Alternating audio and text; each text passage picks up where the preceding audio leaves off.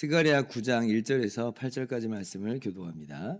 여호와의 말씀이 하드락 땅에 내리며 다메섹에 머물리니 사람들과 이스라엘 모든 지파의 눈이 여호와를 우러러보미니라.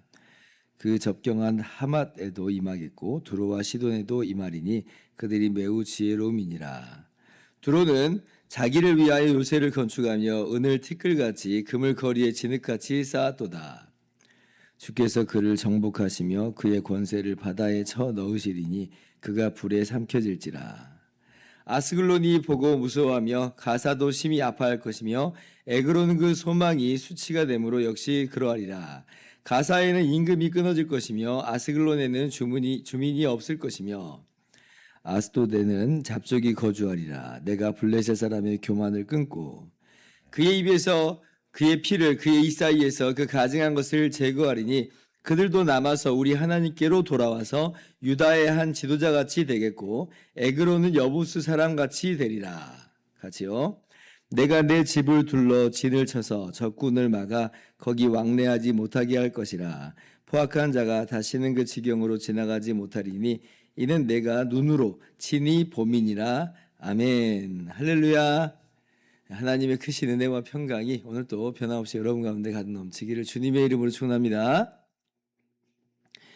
스가랴서는 1장부터 8장까지 일부 그리고 9장부터 마지막 장까지 2부로 크게 두 부분으로 나누어져 있다 이렇게 성경학자들이 말을 합니다. 그렇다고 두 부분으로 구분이 되지만 그게 또 아주 서로 상관없는 그런 내용은 아닌 것이고요. 일부는 이 성전 재건이라고 하는 당시 상황과 맞물려서 성전과 이스라엘의 회복을 환상 가운데 특히 약속하여 말씀해 주시는 것이고요. 2부는 성전 재건이라고 하는 말은 더 이상 나오지 않습니다만은 그러나 그 성전 재건이 진정으로 의미하는 바 장차 메시아의 오심과 그로 말미암는 진정한 구원과 회복을 예고하여 말씀을 해 주십니다.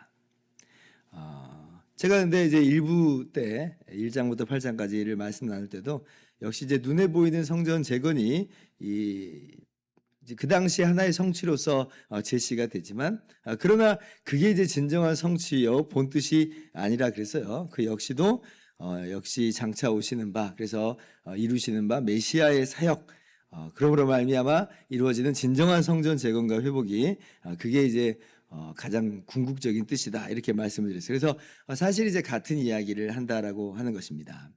그래서 오늘 이제 말씀을 보시면 먼저 이제 장차 임하는 바 하나님의 심판이 있음을 오늘 말씀 속에서 예고하여 우리에게 알려주십니다. 자, 1절 보면요. 자, 여호와의 말씀이 하드락 땅에 내리며 다메섹에 머물리니 사람들과 이스라엘 모든 지파의 눈이 여호와를 우러러보미니라.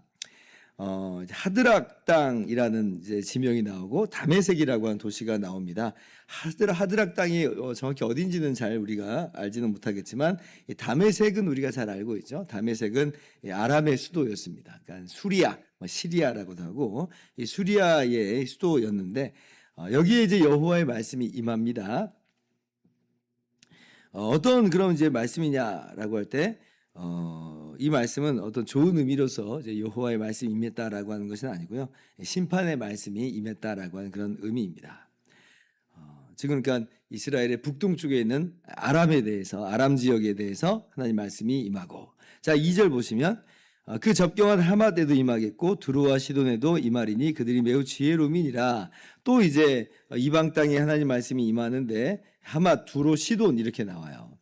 두로와 시돈은 이스라엘의 북서쪽에 있는 지역이죠. 세계사에서는 페니키아라고 하는 그런 이 도시 지역입니다.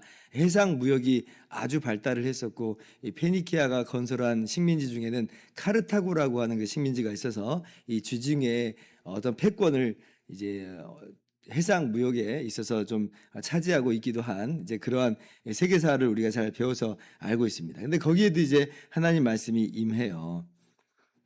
하나님의 심판의 말씀이 이제 임하는 것이죠.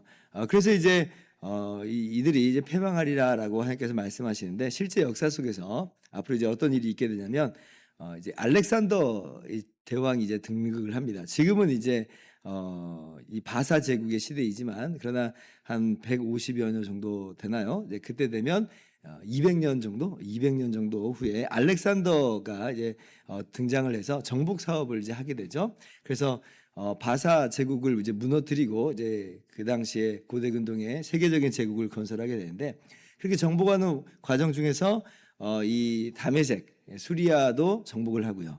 그리고 두로와 시돈도 다 정복을 해서 그때 이제 망하게 됩니다. 특별히 이제 두로에 대한 전쟁 기사는 이제 세계사적으로도 좀 잘 알려져 있는데 두로는 이제 사실은 이 섬 도시입니다. 원래는 이제 내륙에도 도시가 있었지만 그 도시는 이제 바벨론의 느부갓네살 때 다 파괴가 됐었고 그리고 이제 800m 떨어진 그 섬에 도시를 건설해서 여전히 그곳에서 막강한 영향력을 행사하고 있었는데요. 뭐 어떻게 보면 난공불락의 요소다 이렇게 이제 보여지잖아요. 그런데 이제 알렉산더가 그때 그 바다를 메워요. 그래서 뚝방을 제방길을 이제 완성을 하고 7개월 만에 이 두로를 함락을 시킵니다. 그래서 10,000명이 이제 그때 당시에 죽게 되고 20,000명이 그러니까 수많은 사람들이 정말 노예로 팔려가는 그런 패망을 겪었다 이제 이야기를 해요. 그래서 이제 4절 보면 주께서 그를 정복하시며 그의 권세를 바다에 쳐 넣으시리니 그가 불에 삼켜질지라 하시는 그 말씀이 역사 속에서 이렇게 이루어진 것을 우리가 잘 알고 있습니다. 자, 그리고 이제 5절 보면 이제 아스글론이라고 하는 도시가 나와요. 아스글론은 블레셋 지역의 한 도시죠. 가사, 에그론, 아스돗 전부 다 이제 마찬가지로 블레셋 지역의 도시입니다. 어디냐면 이스라엘의 이제 서남 쪽에 있는 그런 도시들이에요.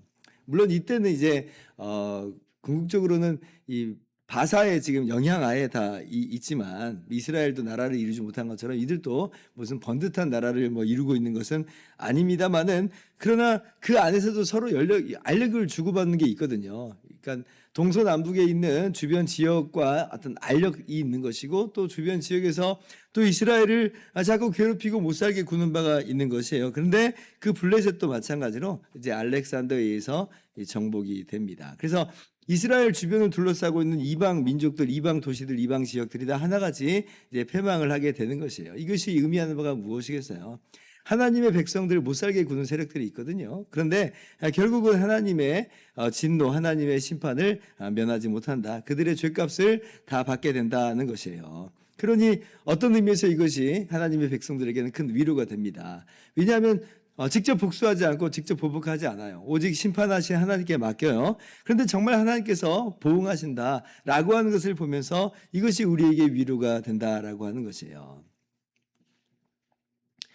그러면서 이스라엘은 이 진노에서 비껴가 있는 것을 우리가 보게 됩니다. 8절 말씀 보면 내가 내 집을 둘러 진을 쳐서 적군을 막아 거기 왕래하지 못하게 할 것이라. 포악한 자가 다시는 그 지경으로 지나가지 못하리니 이는 내가 눈으로 침이 봄이니라 말씀을 하세요.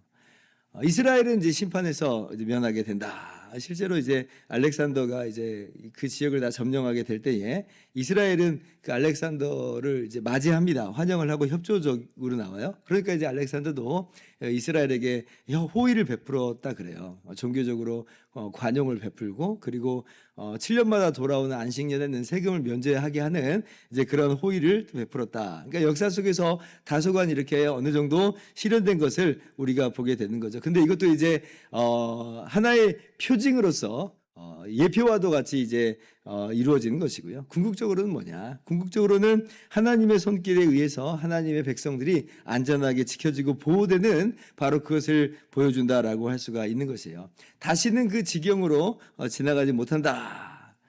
포악한 자가 다시는 그 지경으로 지나가지 못한다라고 하는 표현이 어떤 일시적이고 부분적인 그런 것을 이야기하는 그런 평화를 말하는 것보다는 훨씬 더 강하잖아요. 하나님의 그 정말 완전하신 보호와 하나님의 그 지켜주심이 이 말씀에서 엿보인다라고 하는 것이에요. 항상 하나님의 눈이 본다. 하나님 사랑의 눈으로 너를 어느 때나 바라보시고 하는 것처럼 항상 지켜보니까 어떤 세력도 이스라엘 하나님 백성들을 해할 수가 없다는 거죠. 그러한 하나님의 눈길로서 시선으로서 우리를 보고 계시고 또 그렇게 우리를 주님의 강하신 손길로 붙잡고 계심을 여러분 믿으시기 바랍니다. 이것이 또한 우리에게 힘이 되고 우리에게 위로가 되어서 우리에게 남겨진 우리의 인생길을 우리가 정말 기쁨과 감사로 능히 걸어갈 수가 있는 것이에요. 이러한 소망이 이러한 이 위로가 오늘 또 우리의 삶 가운데 있기를 바랍니다. 자, 그런데 이러한 이제 하나님의 섭리하심과 역사하심 가운데 이제 의미심장한 그런 표현이 하나 등장을 합니다. 7절을 보면 블레셋이 분명히 이제 망한다, 블레셋의 교만함을 끊는다라고 말씀하시는데, 그런데 그렇다고 해서 완전히 다 없어지고 제거되는 형태가 아니었던 것을 우리가 좀 보게 됩니다. 그의 입에서 그의 피를 그의 이사이에서 그 가증한 것을 제거하리니 그들 또 남아서 우리 하나님께로 돌아와서 유다의 한 지도자같이 되겠고. 참 놀라운 말씀이에요. 그죠? 블레셋이 마치 하나님의 백성과도 같은 그러한 모습으로 지금 나타나게 될 거다라고 하는 거예요. 물론 그렇다고 그냥 그렇게 하시는 건 아니에요. 그의 입에서 피를 제거하고 그 이사이에서 가증한 것을 악한 것을 제거하시는 것으로. 그러나 그 이방인이 하나님의 백성으로서 구원받는 그 은혜도 허락하신다라고 하는 거예요. 그래서 이것이 이제 당대에 이루어지는 일은 아니라고 했습니다. 예수님 당시까지만 해도 유대인과 이방인의 구분은 너무나 명확했어요. 유대인들이 이방인을 사람 취급을 안 했죠. 지옥의 불쏘시개 취급을 했었죠. 그런데 우리 주님의 십자가와 부활로 말미암아 이 복음이 이제는 유대인뿐 아니라 이방인들에게도 전파가 되어서, 그래서 그 이방인들이 그들의 죄를 회개하고 예수님을 믿을 때에, 그렇게 하나님께로 돌아올 때 하나님께서는 그들을 하나님의 백성으로 삼아주시는 놀라운 은혜를 우리가 성경에서 보고 지금 우리가 그 은혜의 시대를 살아가고 있는 것이죠.